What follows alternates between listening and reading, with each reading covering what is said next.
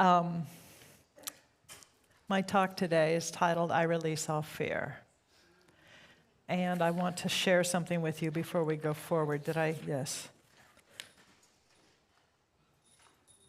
Grief is a form of patriotism, too. This 4th of July, many of us weren't waving flags or watching fireworks. Not because we hate our country, but because we love it too much to pretend everything is fine. So I'm just going to invite you into a moment of grace and silence and regard here, because I want you to see something that one of our beautiful, beautiful community members, Susan Edwards Martin, put together. It's called A Prayer for America.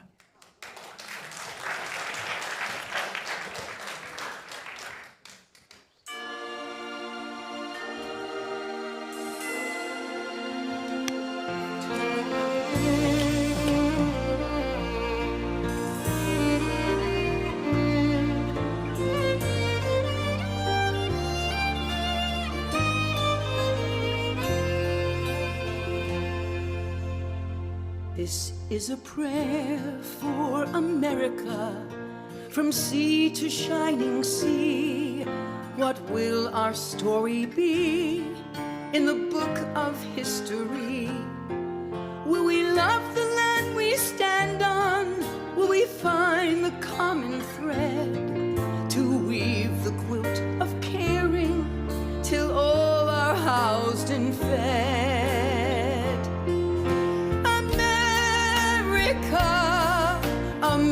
America, this is my prayer. This is my prayer for you.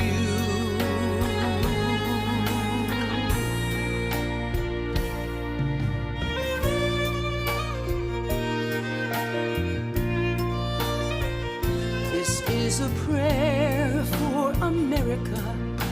Honor nature's law, to stand like purple mountains whose strength fills us with awe, to feel the goodness of the people from every land, to feel at ease. Join the choir of humanity, walk the path in peace. America, America, this is my prayer. This is my prayer for you.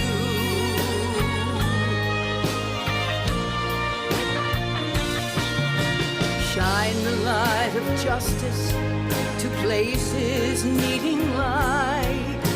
Honor freedom's promise, leave no soul behind.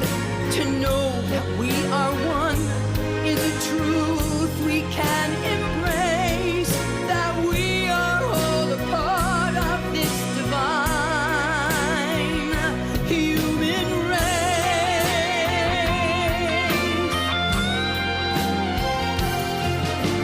Pray for America, that her soar as the eagle flies, with dignity and reverence through beautiful spacious skies. A mighty land for all the people, living free, whose spirit is pure. With truth, our guiding light, let liberty endure. America, America, this is my prayer. This is my prayer.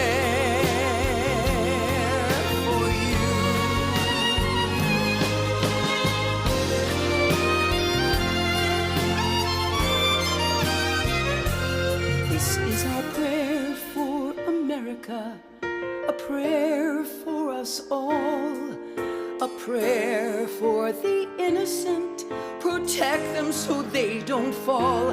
Children are the best of who we are, the hope we're dreaming of, the living proof of a country built on light and love.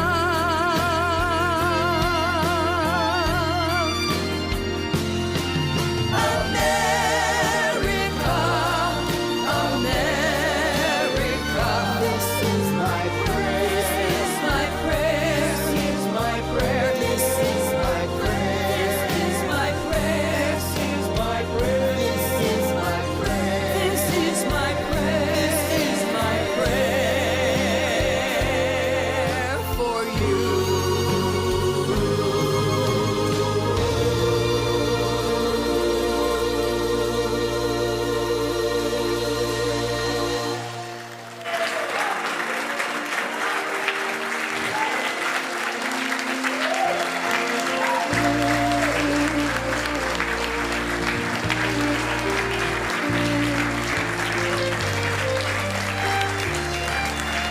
Susan, come here.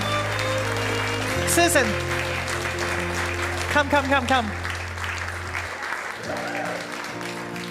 Susan and Dove, oh my God. Thank you for writing my talk for me. Thank you both. Thank you so much. Group hug. From our hearts to yours. Thank you. I know that this was shown Wednesday night, and I received one text from somebody, then I received another text from somebody else, then I got another one. And suddenly my phone was blowing up with people saying, any chance you could show this on Sunday? I thought, okay, I surrender.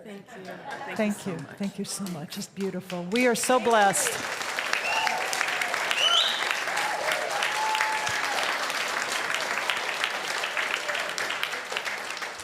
All right, here we go. I'm looking for the screen to show up. I know it will. There it is. I release all fear. Yes. Amen, right? So this week, you may have noticed we threw a big 250th birthday party, fireworks, flags, during a heat wave so intense that half the country was told not to go outside to see the fireworks. It's kind of like lighting candles on a cake, 250 of them, and then being told, step back, you might light yourself on fire. It's an interesting metaphor for where we are right now. We want to feel expansive, and many of us are bracing for the next thing. I think many of us want to celebrate freedom and navigate towards that. At the same time, we feel like we're white-knuckling that steering wheel. And it's not a political statement. It's just where a lot of us are landing. I know that we are not the first inhabitants of this planet to have fear as part of the navigational toolkit we use.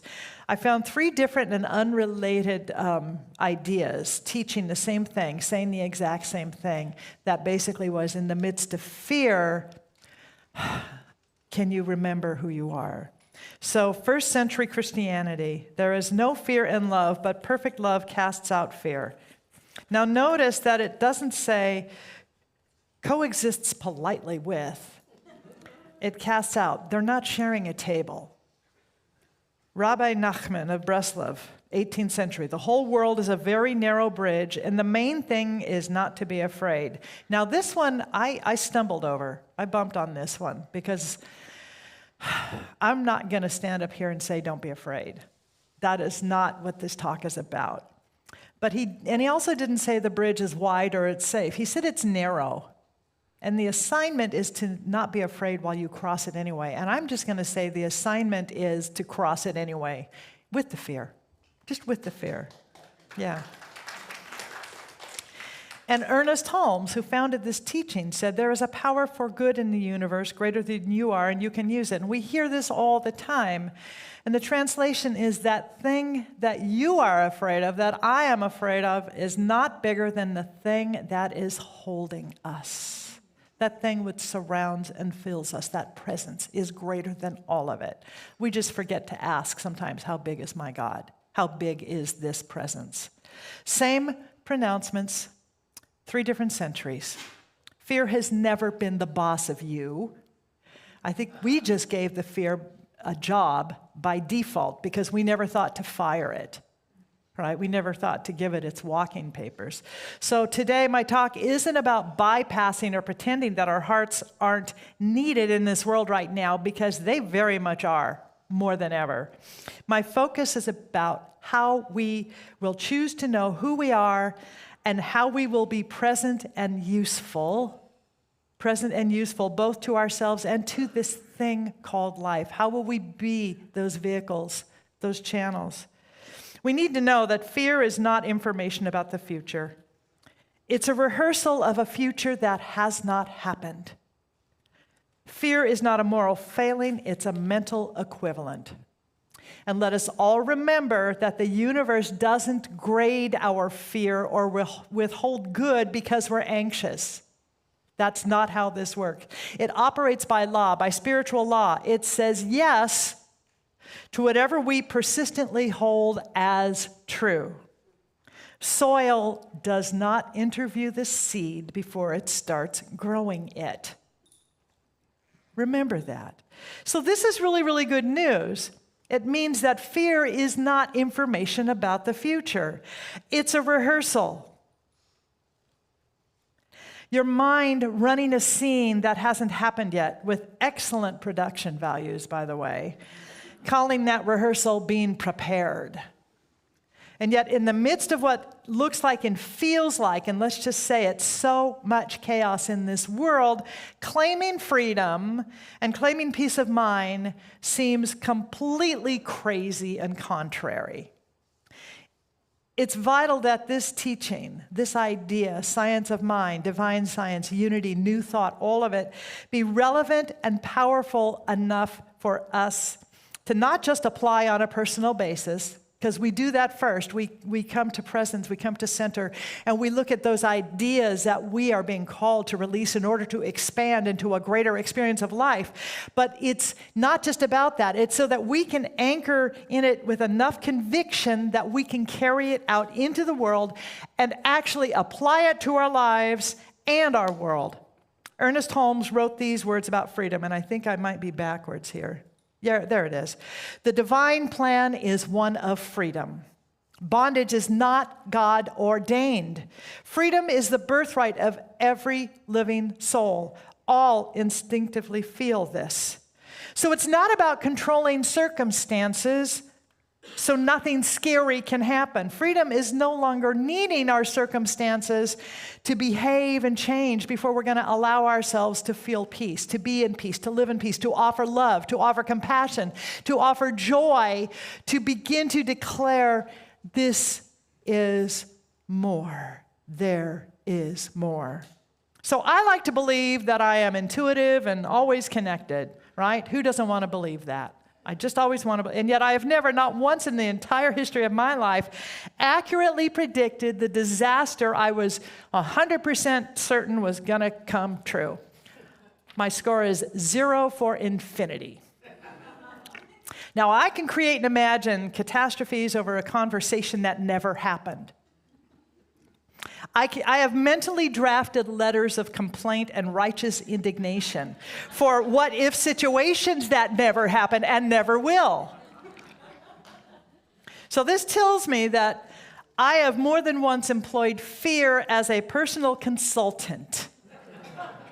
It's like I keep hiring the same employee, even though they're a really bad hire. I just keep saying, no, come on, come on, come on. Fear has never once delivered accurate information to me on time, but I keep renewing its contract like it's got a track record. It doesn't. It's just loud and it's fast. And it gets to me before wisdom does, because wisdom doesn't shout. And fear never stops shouting. Wisdom doesn't shout. Fear never stops shouting. So a few weeks ago, I talked about, I'm going to move this out of the way so I can actually be a little bit closer here. I talked about the fable of the two wolves living inside of us. And if you were here, you remember it. If not, you've heard it, I'm sure. It's an indigenous allegory. It's a mythology where the young man comes to his grandfather and says, "Grandfather, sometimes it feels like I have two wolves inside of me. One of them is angry and always ready to pounce and to attack. And the other one, it's like what we would call the better angels, right? The better angel, that one that wants to love. And how do I master these wolves? What do I do? What do I do?" And the grandfather says, well, it depends on which wolf you feed. Feed the one that you want to have show up in the world. Feed the one that is love. Starve the one that is not. So the question for us then becomes, which wolf are we feeding? Which wolf do we feed? And which wolf do we starve? That food, of course, being our attention and our energy. Our attention and our energy.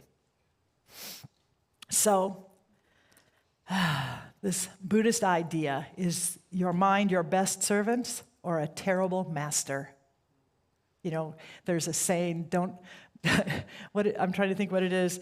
You should never go into your mind alone. It's a scary place, or something like that. Anyway, we have worry. We have all of this stuff, stress, past doubt, past fear, our history, right? Comparison. Yet on the other side, we have the best servant, awareness, choice, peace. You have the power to choose. We have agency to choose. We get to choose. You know, it's that thing of not, you've heard the phrase, not now, Satan? No, not now, mind, not now, thinking, not now, brain, not now, conditions, not now, CNN, not now. I get to choose. So if you've ever grieved something that hasn't happened yet, or won an argument in the shower with someone who wasn't even in the room, you're not broken, right? Again, you're just employing my exact same overconfident, chronically wrong contractor. Today is the day we break the contract. Are you willing? Yes. Fire it? Yes. Let it go? Yes. All right. You know, you can fire fear. You don't need to fire it for cause. You just let it go. So, you know, my husband and I have statues and images of the Buddha. I'm trying to think here. We can go back to the, you know, if you want to take that off the screen, Kevin, and just put me on so people in the back can see.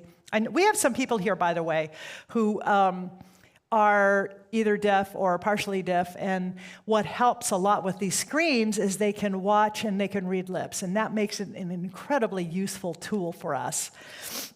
So we have statues and images all over the house of the Buddha and in our yard. And for me, the image of the Buddha inspires me, and it reminds me to breathe, to slow down, and to be more mindful. Buddhism doesn't teach that we should fight our fear. It treats fear as an attachment in disguise. It just treats it as a disguise. It treats fear as an attachment to outcome. It treats it as our attachment to how we think things are supposed to go or how we need them to go. Right? That's what fear does. It should be this. It should be this. Why isn't it this? It should have been this. Why didn't they do this? He didn't do this. Why did he say that? Oh my God. Oh my God. Oh my God. That's what fear is. It's an attachment. Oh, that's not right. Go back. There we, okay. Are we able to just put me on the screen? Oh, good. Because I'm looking at that. I'm sorry. We have a confidence monitor up here, we call it. Anyway. The invitation in Buddhism isn't calling us to be brave, it's calling us to loosen the grip on the story that is informing and living underneath the fear. Loosen the grip, just let it go. So when we stop needing our reality to go a particular way, the fear guarding that need starts to lose its job too. When we stop needing reality to show up as we think it should be, then we don't need that fear consultant anymore. Releasing your attachment to what you have rehearsed and believed is not the same thing, by the way, as trying to convince yourself that nothing matters. It's all gonna be okay. You know, you're holding on at the end of your rope and you're, that's not. In fact, it's so much deeper and more productive than that. The invitation is to be present with what is real, and instead of drafting emergency plans for a future that's still imaginary, we come back to what's real. There is one life. It is greater than everything I see.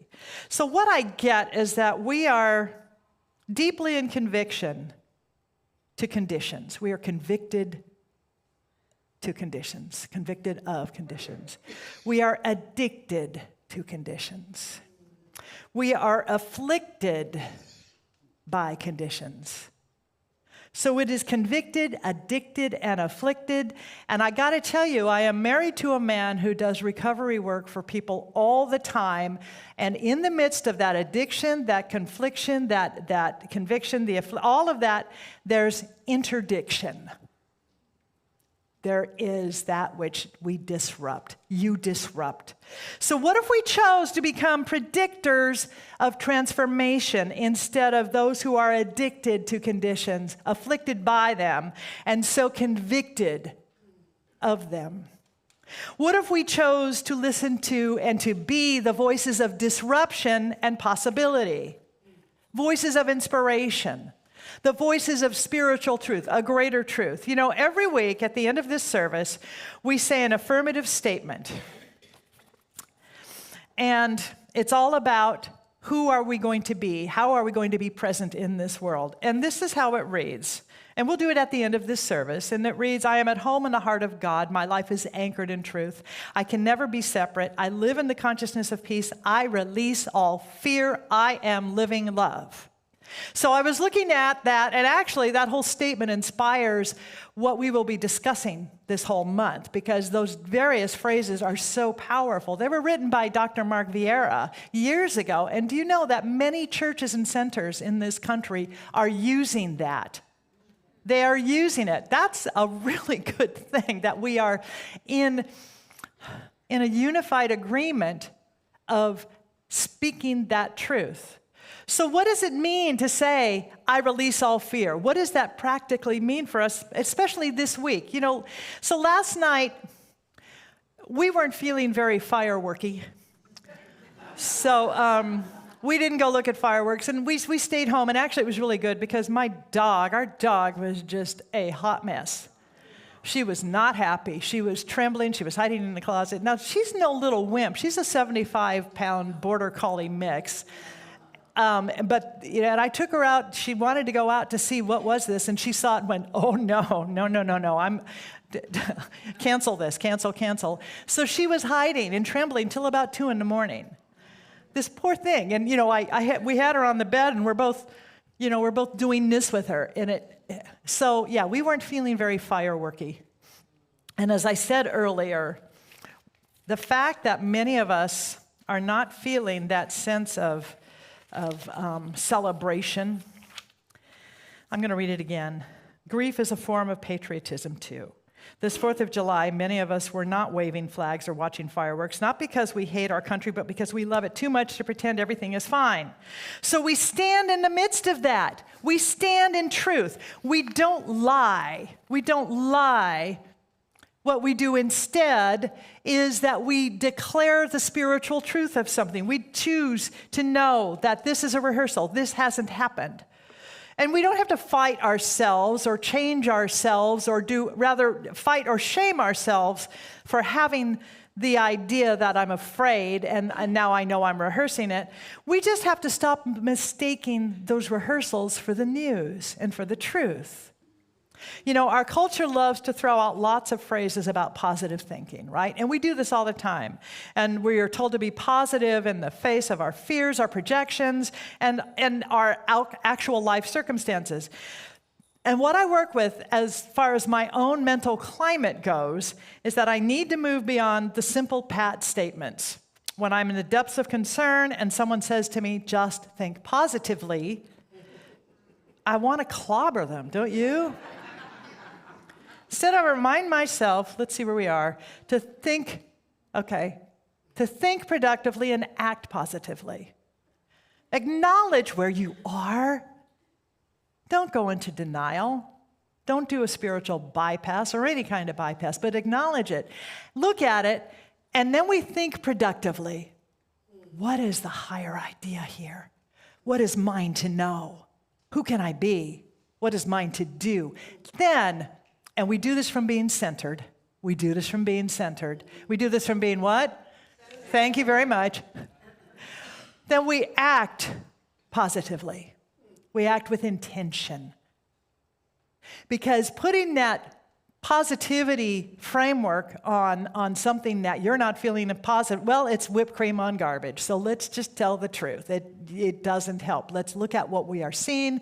Let's be productive and then act positively about that. Because from that springs a whole bunch of positive vibes and possibilities. And yeah, there's where your positive thinking is going to come, because you know that you've been thinking productively, and now you've been acting with intention, within guidance, with clarity. That intention has come from being connected to the divine, not conflicted and conditioned by that out here which wants to define. And there's a big difference between being defined and divined. We are here to be divined because we are divine beings. So I work with my own climate. And that deeper process for me is to think productively and act positively. So how do we take this into the world? How do we do this? Our world is in deep need of peace. You might have noticed. Our governments, it's really interesting. We spend billions and billions of dollars on what people call, what the government, what leaders all across the planet call peacemaking. It doesn't cost you a dime to sit down and contemplate peace. Do you know that if we stopped creating peacemaking weapons and just sat our butts down, all of us, and let's just say it, our leaders, into those ideas of peace, not just the money we save, but the lives we would save, the sanity we would preserve, the hope that would emerge, all of that. And it starts with us. It has to start with us. We all agree that war, hate, and fighting hate with hate does not work. But when we choose to move into productive thinking and positive action, we actually open ourselves into participating in thinking and activities and demonstrations that don't just engage all of us at a higher level of possibility, faith, connection, and peace. We become enrolled and invested. And skin in the game is what's required right now, right? Not just fear of the same. I'm on a rhyming thing today. I was listening to Michael Beckwith on the way in, and he rhymes and he has all these patterns of so I'm rhyming. Apparently, it's not skin in the game. And it's whatever I said before. So what would you build today if you weren't building it out of fear? What would you build today? Here's something you could build. Mark Kroll, one of our practitioners, sent this to me a couple of days ago. There's an event that's taking place at the Wat Thai Temple on Monday, July 13th, which is just up the road here. And it's from 6 p.m. till 8:30 p.m. And I do not have flyers yet. I will have them, and we can put this on the website. And you will hear more about it. It is a walk for peace. It is about hearing peace. It is speaking peace. It is connecting in peace. It is building peace. And whether you do that or not, you know that every single Monday night at 6 o'clock, that magic hour, we have a peace meditation. The Mary Bullard Chapel is open, and it is guided by our practitioners who are masterminders of peace. They are very good at this.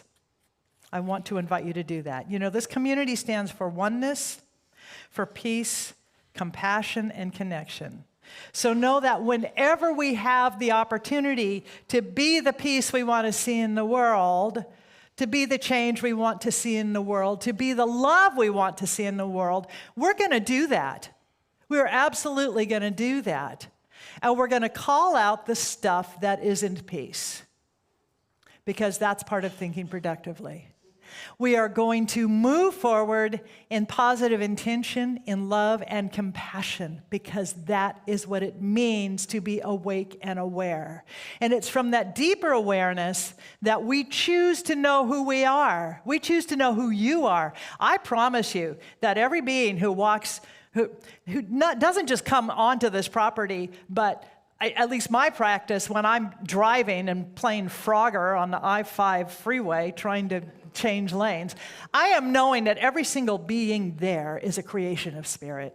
One with the one with me, one with them, one with God, one with presence, one with all life. I am knowing this, and I promise you that our practitioners are knowing this for you all the time, because that is our commitment. We want to know it for you until you know it for yourself, and then we'll keep knowing it for you. That is what we do. We have people who, oh my gosh, we anchor in this all the time. We anchor in peace. We anchor in the higher knowing, and we always will. A few months ago, we began to adopt a sacred purpose, and I don't read it often enough, but it is transforming lives and inspiring people to make a positive difference in our world. That's it. We are here because we are committed to transforming lives and inspiring people to make a positive difference in our world. And it begins with you and me making a positive difference in our world. There was one other quote that I wanted to share with you, and then I want to talk a bit about prayer, and then we'll go eat hot dogs and hamburgers. Jim Palmer is a writer I like called Non-Religious Spirituality. He's and comfortable with the that was happening with people who were LGBTQ, who didn't look like him, who weren't him. And this level of superiority that began to emerge. And he said, I'm not here for that. This level of superiority that emerges when somebody walks down a street with a mask on their face in the Capitol holding a flag upside down or a Confederate flag and says, whatever the hell they said, we're not here for that. Yeah? Okay. I just had to get that in here because that is so based on fear and cowardice. 400 of them. And yet, did you see the thousands who showed up in love, in peace, in truth? We speak that. And so here's from Jim Palmer.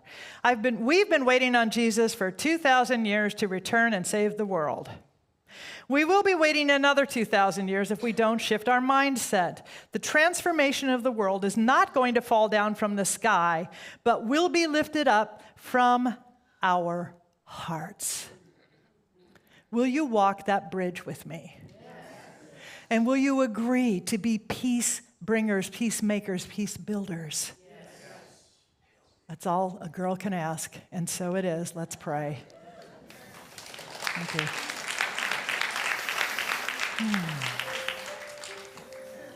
So as we move into this, I just want to remind us that prayer is not asking, but it's affirming what's already true in the infinite presence and power that we call God.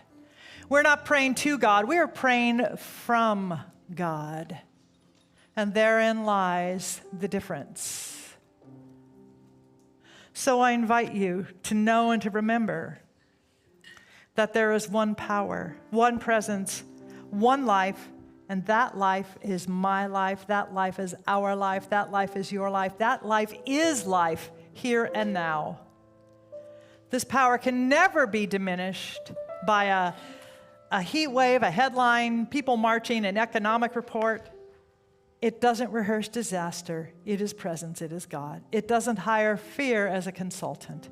It simply is steady, whole, unafraid, right where I am, right where we are.